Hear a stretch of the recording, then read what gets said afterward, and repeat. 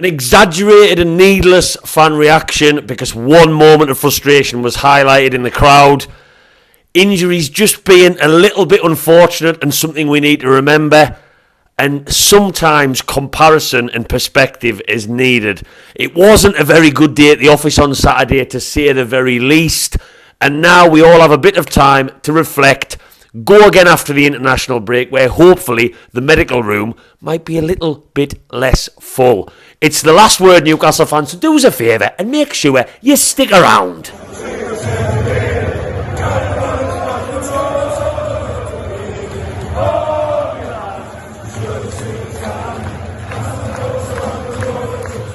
Welcome back to Black and White Banter, you lovely Newcastle fans. It's nice to be on another video again. It's nice to be in my living room. And yes, you might have noticed, he's not wearing a Newcastle top.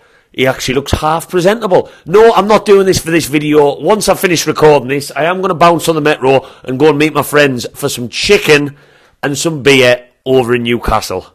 I don't often have a social life during the week, or really a social life at all. So it's a little treat. And I'm literally about to get over there. Just need to get me socks on, get me shoes on and head over. So as much as I would love to say I'm dressed in the shirt and the undershirt like all the cool kids are wearing, for you lovely people watching this video, that is not the case. But if you want to think that, yes, I've dressed up for you. So, it's worth giving us a little likey Lou. One of them goes a long way, because this is the effort that's made on Black and White Banter. And if you haven't, if you want to do by the end of this video, whack that subscribe. So, this is a weird last word for me. Now, normally what I like to do is analyse the game, talk about very, very specific moments in the match that are maybe worth digging back up, whether it's a player's performance, whether it's different patterns of play. There's been lots of moments that I love to really delve a bit deeper in with the help of some fantastic analysts on social media. But for me, the Bournemouth game was not one of them. I don't want to sit here and dive into why it went wrong, what we didn't do well. It was just shite. And yes, I'm going to get into further why it was. That is not me saying we were not good enough. We should be doing better. Like, what a joke. But calling a spade and isolating one game to talk about Saturday's performance under Eddie Howe. I said it on my last word blog on other socials. You can name on one hand how many bad performances there have been under Eddie Howe. Like, pretty bad, which is amazing. 2 years. Last week, Eddie Howe's been in charge, and you can name on one hand how many bad performances there's been. That's the level of the job he's done. But Bournemouth, 1,000,000% against his old club, goes onto that list. We were lacklustre. We were lacking in ideas, energy. We looked like the moment we got off the bus on the south coast, we probably didn't bother walking around and getting any fish and chips. Straight into the stadium to just get it done. That's the impression. I even looked at photos of the players getting off where they all looked a bit miserable. Like, long old journey down there after travelling back from Germany. It just had that vibe of, let's sack this one off, get it done. And that's not me saying the effort wasn't there. Can I just clarify that? It was. Every single time a Newcastle player walks out on that pitch, there's effort, because Eddie Howe demands that as a minimum. But I just meant the general persona and how uncharacteristic the performance was. So there's not too much there that I want to divulge. Bournemouth were the better team. They had the better chances. They should have scored a hatful. Nick Pope is one of the only players to come out of that game with serious credibility. Fantastic saves. He's right-handed. Whoa! Reaction save. Yeah, that was me doing an impression. That's why I'm not a goalkeeper. That was brilliant. That might be one of the best saves Nick Pope's made this season, because it was so fast and it was just a brilliant reaction stop. He'd had his Weetabix.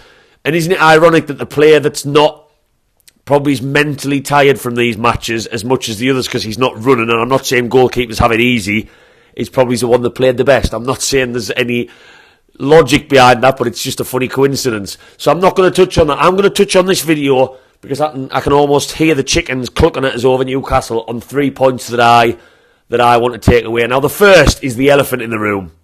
The big, frustrating Newcastle United social media-sized elephant.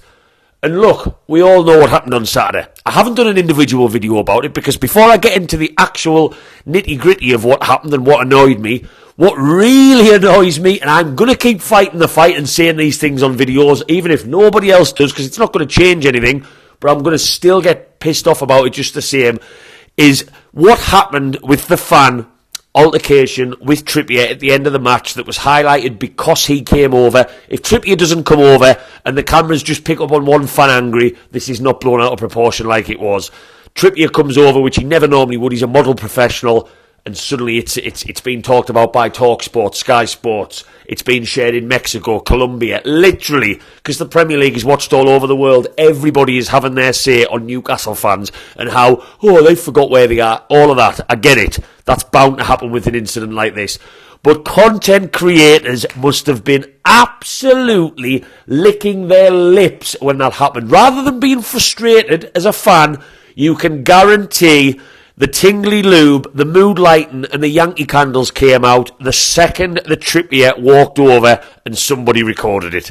That's the world we live in now, where everything's recorded. And suddenly I saw a YouTube video where it was shared. I saw one lad screen record the incident even though it wasn't his video and post it on YouTube as a short to get more clicks. Kieran Trippier confronts angry Newcastle fan, and it drives me insane because these people making this content are supposed to be our fans and solely a fan of Newcastle United, and they will have known more than anyone how toxic social media can be as content creators, and the fact they've allowed that lad to get dragged further through the mud for more views, for more clicks, frustrates the hell out of me, and I'm going to continue saying it, I'm going to continue ranting about it, and it drives me insane.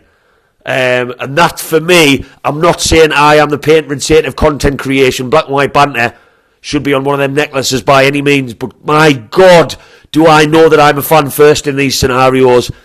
Now, moving on to the incident itself, I know the lad, and anyone who follows me on Facebook and Twitter, I was up a height on Saturday because I was seeing this lad who had gone down, and I'm not saying this is a reason to rant, but he'd gone down to Bournemouth, the bus broke down, 7 o'clock in the morning bus had set off. He then had to pay for a taxi to Leicester train station. Don't even want to know how much that cost. He then had to pay for a train from Leicester to Bournemouth. Don't even want to know how much that cost just to get there for kick-off. He's been drinking all day. He's a young lad. And how many people watching this video, truthfully, if you go to games, can honestly say they've never ranted in a football match, even during Eddie Howe's reign. We all shout stupid stuff when someone does something bad on the pitch. St James's Park, as much as it is my home away from home, can be one of the most difficult places to play football if it, in a 10-minute period, if we concede a goal, or we mess up 6 consecutive passes, or someone does something silly. It does. It's one of the most glorious places to play football, but also one of the most toxic. And that is because week in, week out, I hear Newcastle fans shouting all sorts of stupid shite. All sorts. And what this fan did, he wasn't abusive to Trippier. I know that. It wasn't specifically aimed at Trippier, your shite, anything like that. It was a general rant. Kieran Trippier, who knew he didn't play very well, which he didn't. We are allowed to say that. Kieran Trippier did not have a very good day. He gave the ball away in a couple of dangerous areas. His balls into the box weren't very good. He was not at the races, as a lot of them weren't. That's fine. He will have been frustrated at the end of that match that we've just been dominated by a struggling Bournemouth team. He sees the fan having a rant and he chooses to go over. And it's blown up out of proportion. But some of the stuff I've seen on social media, not helped by it being shared a million times by content creators, was ridiculous. I've even had comments on some of my videos. He's a dead man walking. A dead man walking? That lad follows Newcastle home and away. And yes, if I didn't know the guy, I'm just going to see both sides to this, because I always try and do that. If I did not know him, would I see that footage and go, oh, for God's sake, that just makes us look like a bunch of idiot fan base. Let's think about those injuries we've got. Yes, of course, I would. But would I be going as far as zooming in on the lad's photo and sharing it on social media, asking him to have his loyalty points stripped? He was in Germany. I met him and his dad in Germany, and he's a lovely bloke. He is. He'd had a terrible day. And the biggest factor in all of this is he apologised 10 minutes after. He apologised, let's just say it clear as day, for having an opinion. I get Newcastle fans comment on my YouTube videos all the time saying, Howe's not done this. He's not done enough of that. His transfer business was shite. He's not an elite manager after the Brighton game. And I don't Yeah, I'll talk about comments I don't agree with sometimes, but I won't screenshot that, stick it on my Facebook and say, this guy's not a Newcastle fan. I won't, because the amazing thing about football is we all have an opinion. He apologised for having an opinion because somebody chose to video and Trippier decided to get in his face. He didn't say anything abusive, and some of the stuff I've seen, even in the aftermath, is ridiculous. It is. It really, really is. We've all had too many pints. Away days more than ever. If you're travelling all the way down on the bus with a 6-pack of cans and then in the pub beforehand, I love that side of the away days when I'm in the mood. We've all had too many drinks. We've all been annoyed that we've travelled 7 hours down to the south coast and watched a performance like that, which as an isolated game was terrible. It was terrible. And he's just had a bit of a rant from a day that must have cost him about £200. So anyone watching this who has done that and said that, and when I put a status out explaining that he's a nice lad, that we just need to chill out because we've all been there before, we've all done it, it's just his moment's been highlighted, I got hit. Oh, you're just saying this because he's your friend. Oh, God, unfollowed. I got loads of people comment unfollowed as if you have to announce that you click an unfollow on Twitter, as if that makes a massive difference to my life. That you don't agree with my opinion. Whatever, if you're watching this and you are one of these who's continued to have a go at this lad and maybe has some sort of idea that you're going to say something to him when you see him because his face has been everywhere, just ask yourself, have you ever ranted at a football match, and can you honestly say since Eddie Howe took over 2 years ago to last week, have you never said anything negative about a player, manager, transfer, substitution, missed opportunity, lack of defending, since you've been watching Newcastle matches? If your answer is yes to that, hand on heart, then fair play. But some of these fans need to get in the bin. He was in the wrong, he knew it. He loves Newcastle United, he loves Eddie Howe, he loves where we currently are. And I cannot imagine what he has gone through because of social media in the last 3 or 4 matches with people, idiots saying that he's a dead man walking. What does that even mean? This keyboard warrior world that we live in is awful. So I just want to get that one out of the way. Felt like the biggest talking point from Saturday's game. It really, really did. Now moving on, injuries. We are getting absolutely shafted with injuries. We are. We know we are. It's awful. It's as bad as I can remember. Sorry, I'm just going to take a sip of my Tango Dark Berry. If you haven't tried Tango Dark Berry sugar free, try it. That's how rock and roll I am. Injuries have been terrible. Absolutely shocking. I cannot remember to memory us having as good a squad and still having to field a 17-year-old Ben Parkinson in the second half with one of our best squads I've ever known. That's how bad it is, and that just puts it into context. But what I want to say is, let's not forget, Newcastle fans, and I had to rein myself in a little bit on this, that we do have a very, very good squad. So don't look to the transfer window that these injuries would have been helped by us having more players, because it's just very bad luck. And what I mean by that is, let's go to an imaginary universe where there's not one injury in this squad. Things are rosy in the garden. Every single player that could be available is available. And then think about the team that Eddie Howe could have played at Bournemouth so soon after the Dortmund game. So for Dortmund, you would play Pope, Botman, Shea, Trippier, Dan Burn, Bruno, Longstaff, Joe Linton, and then your front three of maybe Isak, Gordon, because he's playing so well, and then Almiron or Murphy on the right-hand side. So that's who plays at Dortmund. You then go to Bournemouth. Lots of games coming thick and fast. In a normal world, Eddie Howe would have been able to play if he wanted to. Pope, you would assume. Lascelles. Maybe Kraft if he was fully fit, because Kraft was pretty good for us once over. Livermore right back. Target or Hall left back. First midfield three, Sandro Tonali, the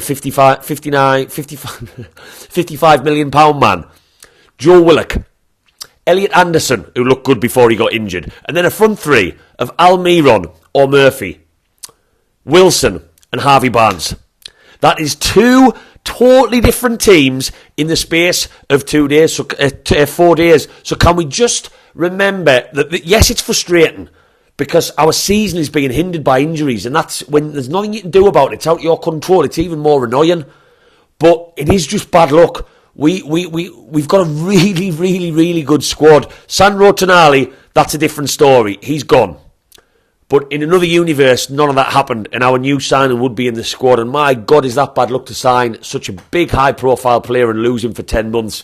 But we do have a good squad, and maybe further down the line in the season, when we haven't finished in the top 6, and I'm not saying that's going to happen, we might just have to look back and curse this season as bad luck. And my God, do we know we've got the right man in charge? Do we know we've got some fantastic footballers? But when you are talking about 11 players, I think it's 11 was injured for Saturday, there's nothing you can do about that. And it's worth us remembering, I just want to repeat, that we do have a very, very, very good squad on another day with almost 2 to 3 players in every position. Literally. And there's some players there that I haven't even mentioned. A couple. Matt Ritchie, I know he's a bit part player. Paul Dummett's come in and played twice. He hasn't even come into the conversation. We've got goalkeeper options. We've got Manquillo's been out for a while, who's not great, admittedly. But my God, there is a squad. So that's the second point, because I needed to rein myself in, because, yeah, it's easy to go, should we have just got Livramento and Hall? That money could have been spent across 4 players. No, we've got a very, very good squad. Very, very good squad. My last point is, now that the international break's come in, which is so welcome, can we just also take some more perspective? Because the less said about Bournemouth on Saturday, the better. And with that in mind, just to remember that last season, after game week 12, we had 21 points and we were 4th in the league. This season, after game week 12, we have 20 points. And yes, we're a little bit lower down the table because other teams are doing better than last season. But there is not... We've actually won more matches than this time last season. What happened last season? We got a cup final and we finished 4th. So Eddie Howe has managed to only be 1 point less with the injuries that we have, with Champions League football and a Carabao Cup run. It's nothing short of incredible. And if you look who we started against, Man City, Liverpool, Brighton, we had one of the hardest starts out of any. So again, to look season upon season, have we improved? Well, points-wise, because there's one in it, you can argue no. But with 11 injuries that have just been trickling along, with the hardest start, with Dortmund, PSG, Milan away, to consistently keep getting points from Premier League games, I think we are doing absolutely fucking incredible. And perspective is key in football. And perspective on social media does not exist anymore. And you can call it the new breed of fan. You can call it the new expectation. I just want to use this video to remind Newcastle fans that not only do we have a very good squad, but we also are doing very, very well compared to last season where we finished in the top 4. I am going to finish on that, Newcastle fans. Please, there's going to be a lot of videos to come in the international break. I'm going to do a review of the season so far. I feel like 12 matches into the Premier League, 4 matches into the Champions League and a cup quarter final maybe calls on me to just talk about some points about what's gone well so far, what maybe hasn't. Injuries. That'll be a short video. But let me know what you thought about Saturday. What do you take? Are you looking into that performance as like, whoa, that was too bad? I understand that argument, that maybe you expected with the players on the field on Saturday a little bit more.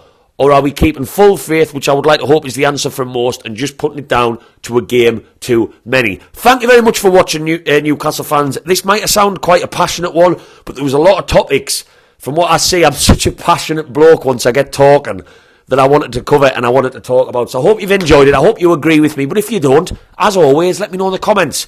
I love absolutely every single one of you. I'm going to bounce and get some chicken wings all over my face, probably on my forehead, and have a couple of pints, because what else is there to do in the international break? Keep the faith, Newcastle fans, because things are pretty rosy in the garden, despite Newcastle's training ground representing the latest RVI.